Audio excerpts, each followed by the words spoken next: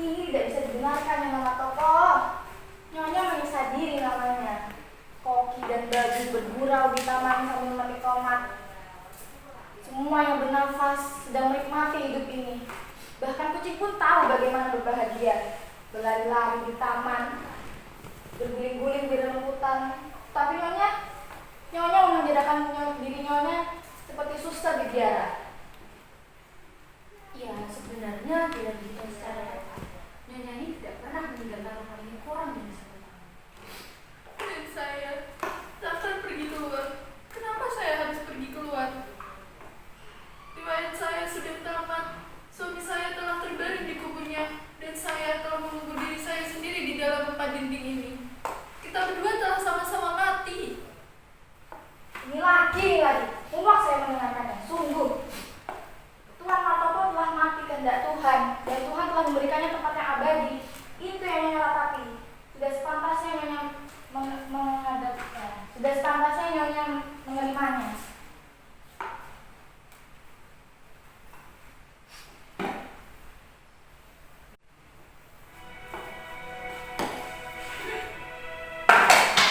Kenapa nangis? Suami saya sudah meninggal 1 tahun yang lalu. Saya berduka cita untuknya. Saya sudah menghabiskan air mata saya sebenarnya. Sudahlah Nyonya. Itu sudah lebih dari sepantasnya untuk Tuan Martopo.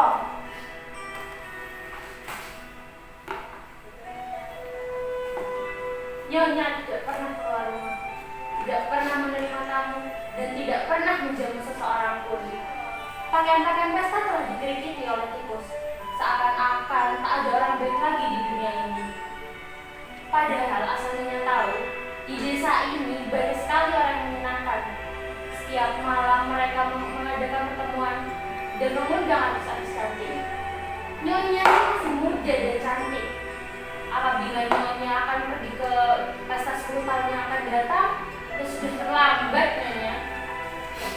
Jangan berkata seperti itu lagi. Kalian kira saya ini hidup? Tidak, itu hanya nampaknya saja.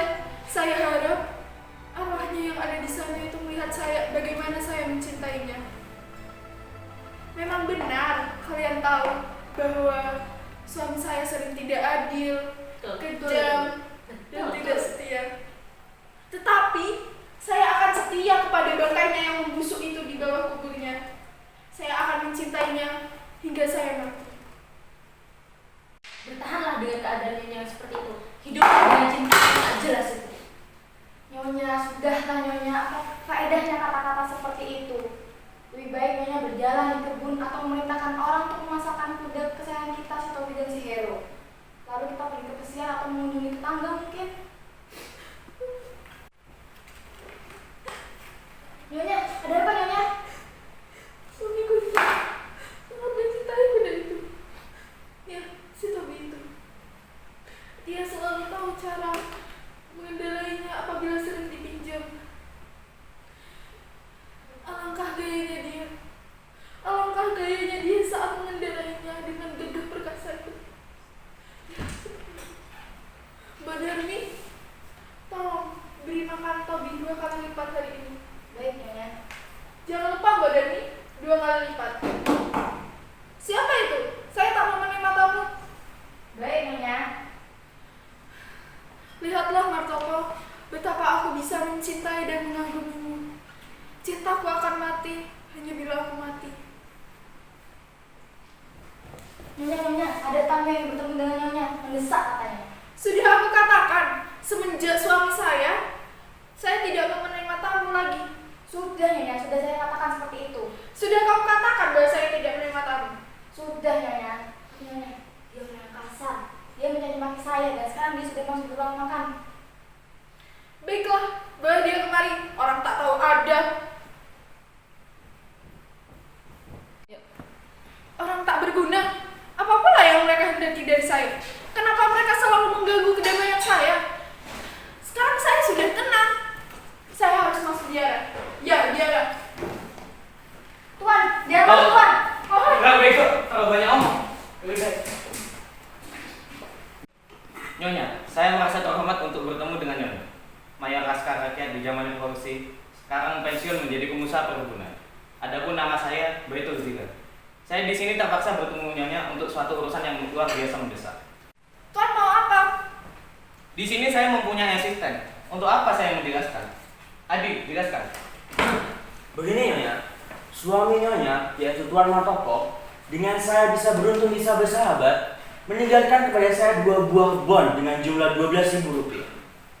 Nah, berhubung saya ada untuk membayar bunga besok hari di suatu bank rakyat, saya memohon kepada Nyonya untuk membayarnya hari ini. Suami saya membon apa saja, Tuan? Oh, banyak sekali. Biar asisten saya yang menjelaskan. Aduh Nyonya, inilah rincian utang Tuan Martoko. Yang pertama, beras 150 kg dan yang kedua yaitu minyak 200 liter. Yaitu juga rumput kudanya Tuan itu merupakan hutang Tuan Martoko. Saya heran mengapa masih banyak ada orang yang punya hutang sebesar banyak itu. Rumput? Jangan lupa Badani beri makan lebih 2 kali lipat hari ini.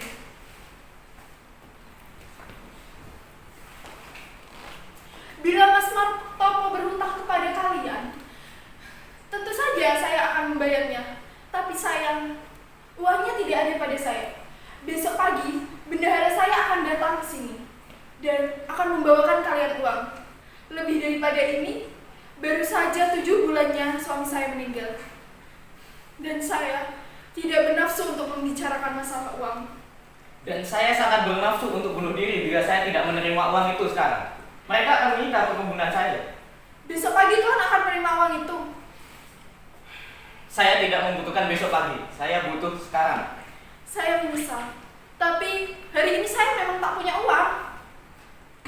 Dan saya tidak bisa menunggu sampai besok pagi. Tapi apa daya saya kalau saya tidak punya uang? Jadi Nyonya tidak bisa bayar? Tidak bisa. Sungguh-sungguh. Sungguh-sungguh. Terima kasih.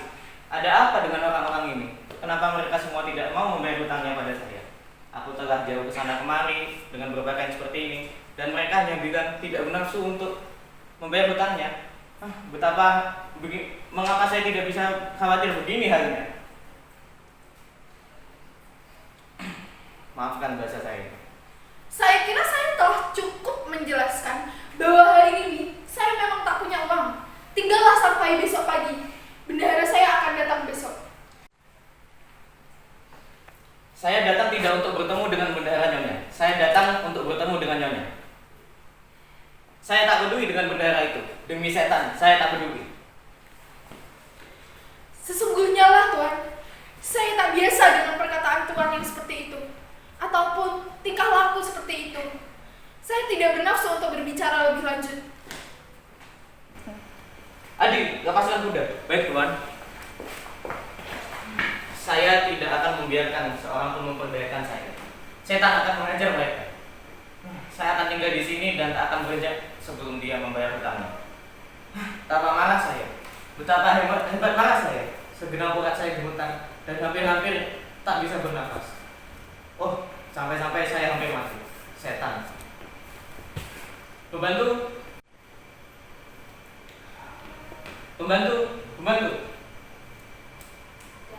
Buatkan saya kopi. Nah, apa yang bisa kita berbuat? Ia tidak mempunyai uang kontan di dompetnya. Logika macam apa ini? Saya merasa terjerat dari saya. Saya hampir-hampir tidak bisa bernafas. Saya membutuhkan uang dengan sangat.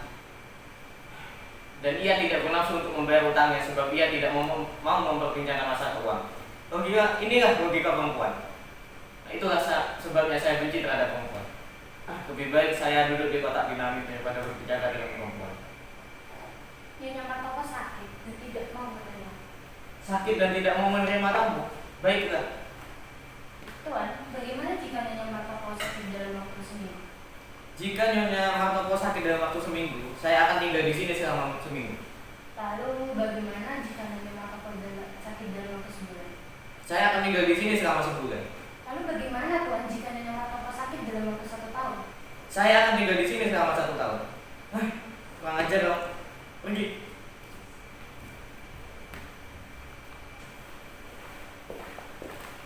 Tuan, Lama sekali kau Adi. sudah ngurus kok. Tuan, kudanya tenang saja. Awas saja kau, kudaku kenapa-napa. Sudah kurus kok. Yang benar saja kau. Waduh Tuan, bagaimana ini? Nice. Terserah saja kau ya. Keluar sana. Tuan. Yuk. Puasnya tak terkira, tak ada uang semalam. Dan sekarang baju berkabung yang hitam dan tidak bernafsu. Kepala saya sakit. Mungkin saya harus makan sedikit. Ya, saya harus makan sedikit. Mbak. Ada apa sih? Apa kamu bilang? Saya minta makanan sedikit.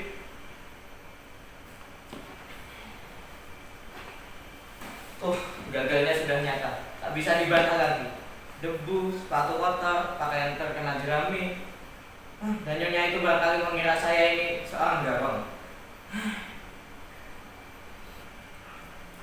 Memang agak kurang sopan masuk ke tamu dengan pakaian seperti ini. Nah, ya tak ada salahnya. Saya datang kemari tidak sebagai tamu, saya sebagai penagih hutang. Wah, Tuan tampak bebas betul di sini. Dengan siapa kau bicara? Kacau. Wanita mau pergi. Ya setan, betapa marahnya saya. Awas saja kau.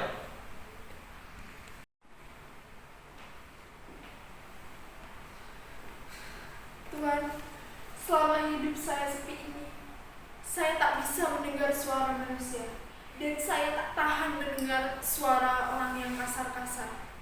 Saya minta kepada Tuhan, hendaklah supaya tidak mengganggu kedamaian saya. Bayarlah saya dan saya akan pergi.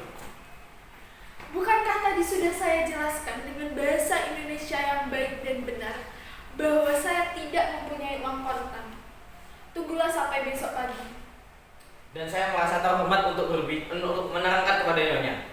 Juga dengan bahasa Indonesia. Bahwa saya membutuhkan uang itu sekarang, tidak besok lusa. Tapi apa daya saya bila saya tak mempunyai uang? Jadi nyonya tak bisa bayar, begitu bisa. bukan? Tak bisa. Kalau begitu, saya akan duduk di sini sampai saya mendapatkan uang. Nyonya akan membayar besok lusa. Bagus sekali. Saya akan tinggal di sini sampai besok lusa. Saya tanya kepada nyonya. Saya harus membayar uang itu besok pagi bukan? Saya kira saya ini cuma berolok-olok. Tuan, saya minta jangan berteriak. Ini bukan kandang kuda. Saya bukannya sedang membicarakan kandang kuda. Saya sedang membicarakan uang. Tuan tak tahu bagaimana caranya memperlakukan seorang wanita? Tentu saja saya tahu. Tidak, Tuan tidak tahu. Tuan itu orang kampung, tak tahu adat. Seorang tuan yang terhormat tidak akan berbicara seperti itu kepada seorang wanita. Wah, hebat betul kan nyonya. Nyonya tahu bagaimana berbicara dengan nyonya dengan bahasa Inggris. Barangkali Sama sekali tak lucu, biadab namanya. sama sekali tak lucu, biadab. Saya tak tahu bagaimana bersikap terhadap seorang wanita. Coba katakan pada saya, demi kehormatan nyonya, apakah nyonya pernah menjumpai seorang wanita yang benar-benar jujur dan setia? Tak pernah, tentu saja. Hanya wanita tua dan juga saja yang pernah setia. Lebih baik mencari gagak yang berbulu putih dan kucing yang bertanduk daripada mencari wanita yang setia. Tapi izinkanlah saya bertanya, siapakah yang jujur dan setia dalam bercinta? Lelaki barangkali?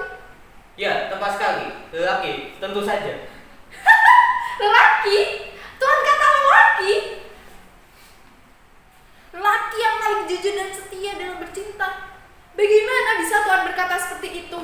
Suami saya adalah lelaki terbaik di dunia ini. Dia meninggalkan saya. Ia bercinta-cintaan dengan wanita lain di hadapan saya. Tapi apa? Saya tetap cinta dan setia kepadanya, meski bahkan ia berada di liang tubuhnya. Berkabung, nyonya berkabung. Nyonya mau meniru dongeng. Oh, saya sudah mengerti akan sandiwara ini. Apa? Apa yang kau katakan? Saya mohon untuk tidak berteriak pada saya.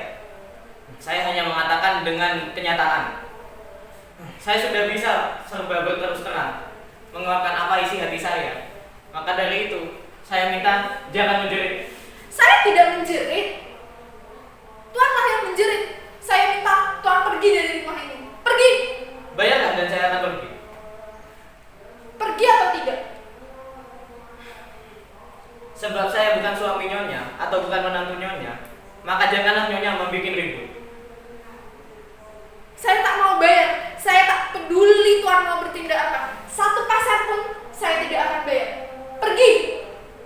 Tidak. Pergi atau tidak? Tidak. Tidak. Tidak. Mbak, Mbak Delni, Ada apa Nyonya? Mbak kenapa itu bilang ini untuk pergi? Tuan, jika disuruh pergi kenapa tidak pergi saja Tuan? Kau kira kau berbicara dengan siapa? Kau tidak rumah Tuhan. Ya Tuhan, gimana Vira ini? Vira, Apa Nyonya? Saya. ajarkan dia minum. Baik Nyonya.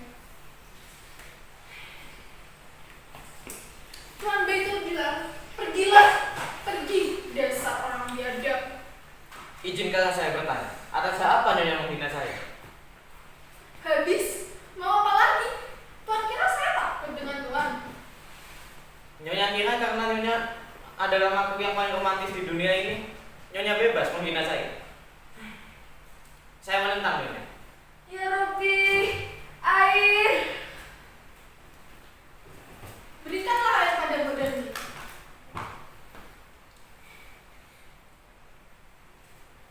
Ini harus diselesaikan dengan duel. Apakah Tuan mengira karena Tuan begitu gagahnya lalu saya takut kepada Tuan? Saya jelaskan di sini bahwa saya tak mengizinkan seorang pun menghina saya, dan saya tak akan mengecualikan Nyonya karena hanya semata-mata karena Nyonya seorang wanita. Jadi Tuan betul-betul menantang duel. Baiklah, Segera. segera.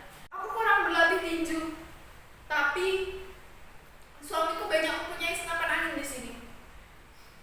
Beberapa tupai dan burung saja gugur karenanya. Dan sekarang senapan itu akan melubangi kepala Tuan. Oh, senapan angin. Boleh juga. Dengan gembira, saya akan menembus kepala Tuan. Semoga Tuan dimakan syaitan. Akan saya tembak alis mata yang bagus itu. Saya bukan orang yang banyak cincong. Bagi saya tak ada gender yang lemah. Oh Tuan, pergilah saja Tuan. Tuan sudah menakut-nakuti saya, hampir saya mati. Dan sekarang Tuan yang berdua pula. Ya, duel. Apa lagi yang harus saya katakan terhadap wanita itu? Dengan gembira saya akan menembus kepala Tuhan. Demi kehormatan saya. Baru inilah pertama kalinya saya menjumpai wanita seperti itu. Kita pergi saja.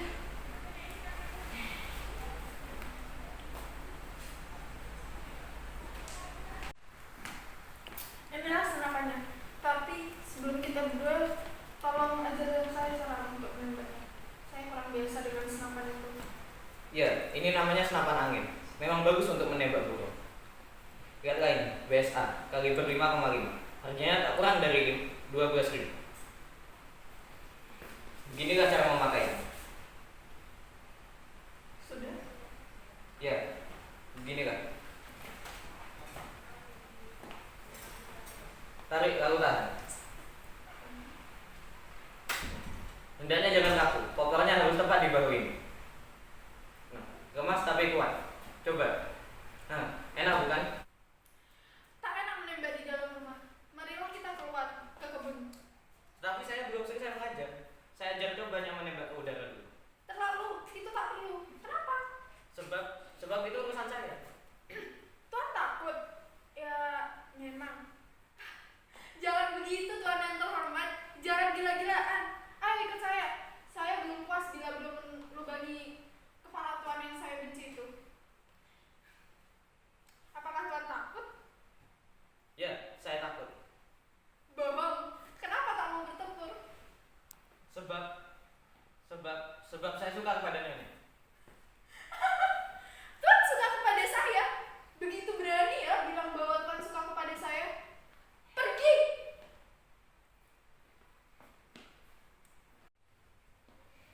Dengarlah, apa Nyonya masih marah? Saya begitu gila seperti setan. Tetapi saya harap Nyonya bisa mengerti. Bagaimana saya akan menyatakannya? Soalnya begini, itu. Lihatlah, apakah salah Nyonya? Apakah salah saya bahwa Nyonya berhutang? Saya tak bisa disalahkan bukan? Saya suka pada Nyonya. Mengerti kan? Saya hampir jatuh cinta. Pergi! Saya benci kepada Tuan. Ya Robby, alangkah hebatnya wanita ini. Saya tidak pernah menjual wanita yang seperti ini. Kamu redam. Saya seperti tikus yang kena perangkap. Pergilah atau saya tembak nanti. Tembaklah, Nyonya tidak tahu bagaimana rasanya mati di depan mata sepasang mata yang berkilauan itu.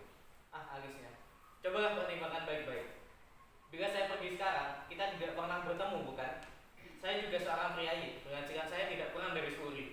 Maukah Nyonya menjadi istriku? Ah, saya bingung. Saya kurang mengerti. Mandor, ayo. Saya telah jatuh cinta seperti anak sekolah saja. Saya cinta padamu.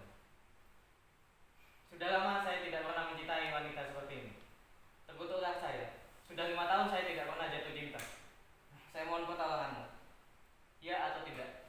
Sudikah Nyonya? Baiklah. Tunggu dulu. Ya. Tidak apa-apa, Tuan baru pergi. Tapi tunggu dulu. Pergi. Saya benci kepada Tuan. Atau tidak, jangan pergi. Oh, kalau Tuan tahu bagaimana marahnya saya. Jadi saya lindung-lindung memegang barang seperti itu. Untuk apa Tuan berdiri di situ? Pergi. Selamat tinggal. Pergilah. Kenapa pergi? Tunggu. Tidak. Malah marahnya saya. Jangan mendekat. Jangan dekat-dekat, jangan. Saya sendiri jatuh cinta seperti anak sekolah, berlutut dan mengiba-iba. Yang saya butuhkan ialah jatuh cinta. Besok pagi saya harus membayar bunga ke bank dan panen kopi sudah tiba dan muncullah Nyonya. Tak akan saya maafkan diri saya ini. Pergilah. Jangan cium di tangan saya. Saya benci. Saya benci. Ya Tuhan, ya Rabbi.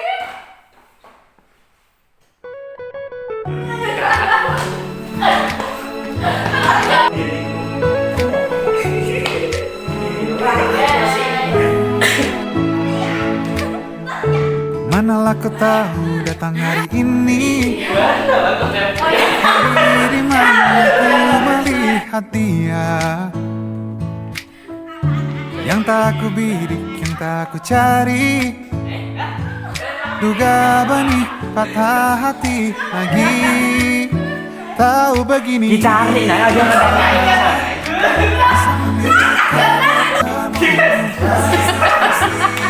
itu yang ku pilih. Jika bisa ku hindari garis interaksi, itu yang ku pilih. Ingin bawanya ke tempat-tempat indah, tipikal saya ingin tahu pikirnya. Entah ini ingin, entah ini sayang, si hati rapuh tentang wahana.